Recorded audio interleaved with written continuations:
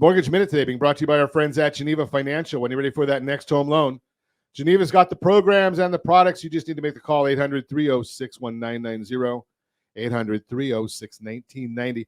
Got a mobile app for you. I haven't mentioned this in a while. RonIsMyLender.com will take you right to our mobile app. Put it right on your phone. Got a calculator, a mortgage calculator right on there. You can apply for your loan right on there, upload documents. A lot of good stuff right there on the mobile app. RonIsMyLender.com. Every day this time, OBMMI, they provide the most comprehensive, accurate, timely, and interactive analysis of pricing ever conducted in the mortgage industry, calculated from actual locked rates. They don't tell us APR, points paid, points received. They just tell us the locked rates.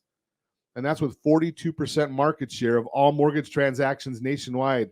So they've got a good idea of what people are locking at. Now, we saw the bond went down yesterday, which means the rates, or bond went up yesterday, which means rates should have gone down. But for the most part, that's not what happened. The 30-year conforming loan, 7.252, up a little bit. 30-year jumbo loan, 7.604, up. 30-year FHA loan, that was down, 7.019. The 30-year USDA, that's our rural areas, generally no down payment, 7.098. That was down. I hate reporting this one because it's my favorite loan. It's the best loan on the market. It's only for those that earned it. It is the 30-year VA loan. That was up just a little bit yesterday, 6.844 for a 30-year fixed-rate loan. So even though it was up a little bit, I can't complain. 6.844 is where that locked at. And if you want our commentary every morning as early as we can based on the data release, we put out a 1, 2, 3-page synopsis of what we see in the mortgage world. You can get that for free, rsrmarketminute.com, rsrmarketminute.com. Let's take a look and see what's going on in the mortgage world right now, or what's in the markets right now. S&P 500 is up 13 points. 10-year Treasuries down 5 basis points, 4.338. That's good news. Mortgage-backed securities are up 24 basis points. That's good news. But why? All that information is available on that super secret website, google.com. But I'm going to tell you what's driving this market. And it's not what you're hearing from Diana Olick on CNBC because, well, I just shouldn't say this, but I will. Don't listen to her when it comes to real estate. The next time she gets something right will also be the first time. You hear yesterday talking about how bad it is to buy a house right now?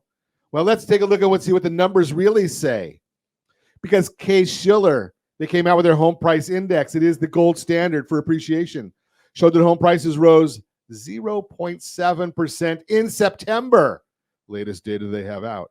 Home prices have been on the rise since January and are now up 3.9% from last year. Case-Shiller is continuing to set new all-time highs in home prices as of July. This index is on pace for a 6% appreciation this year. What's normal, Diana Olick?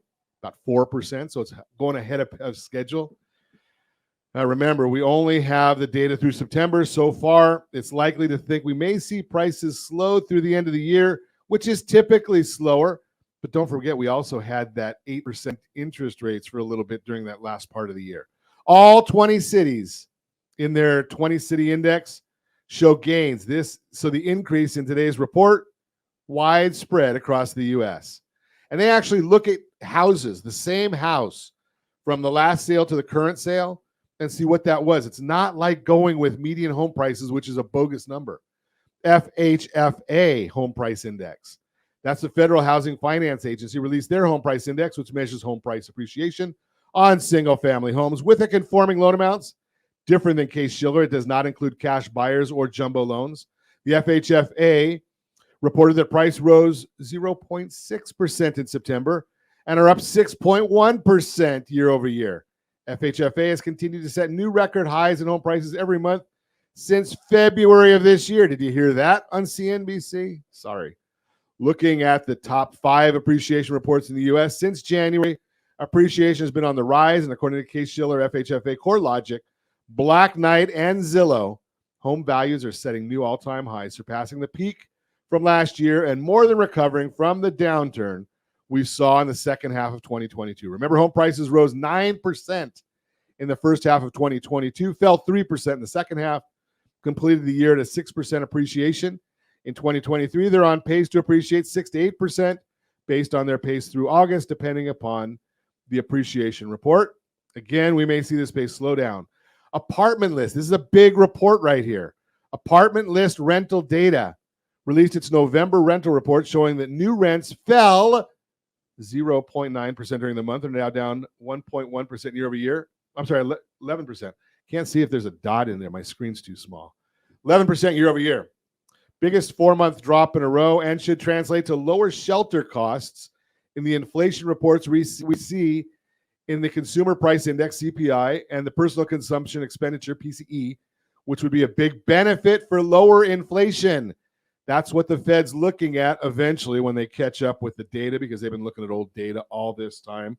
And again, I always, I don't know, I've got this sound that always comes up when we talk about the Fed. Such an idiot. That is the Mortgage Minute, brought to you by our friends at Geneva Financial. When you're ready for that next home loan, Geneva's got the programs and the products. Make a call, 800-306-1990, 800-306-1990.